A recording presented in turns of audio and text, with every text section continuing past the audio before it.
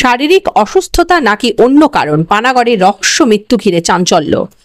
পানাগড় রেলপাড়ের ট্যাঙ্কিতলা এলাকায় শুক্রবার সকালে একটি বাড়ি থেকে উদ্ধার হলো এক ব্যক্তির পচন ধরা দেহ। তার নাম মানিক পাল, বয়স 52 বছর। বাড়িতে তিনি একাই থাকতেন। দীর্ঘদিন ধরে তিনি শারীরিকভাবে অসুস্থ ছিলেন।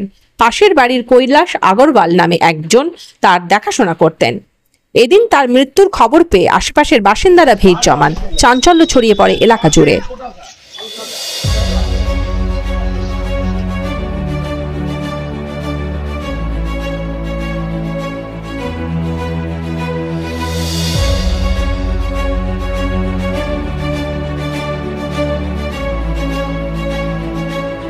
লোক আমাদেরকে খবর দেয় যে এখানে একটা দুর্গন্ধ ছড়াচ্ছে, তো সেই হিসাবে আমরা পুলিশকে ফোন করি এবং সেদিকে গন্ধ ছড়াচ্ছে। আমাদের সন্দেহ যেটা হচ্ছে যে উনি বাড়ির ভিতরে আছে, মনে হচ্ছে মারা গেছে।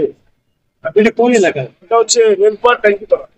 যে ভিতরে ছিলেন উনি কি একা থাকতেন? উনি একা থাকতেন। পাশের বাড়ি কৈলাস আগরওয়াল। কি নাম ওনার? নাম হচ্ছে মানিক পাল। বয়স কত হবে? বয়স আনুমানিক 48-50 তো হবে আনুমানিক। থাকতেন বাড়িতে? উনি একাই থাকতেন।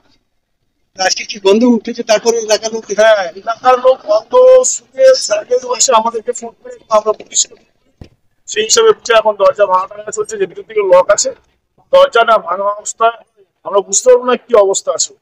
কি নাম? আমার নাম গৌতম বাড়ি। এখানকার? আমি এই পাড়ার ছেলে এবং গ্রাম পঞ্চায়েতের সদস্য।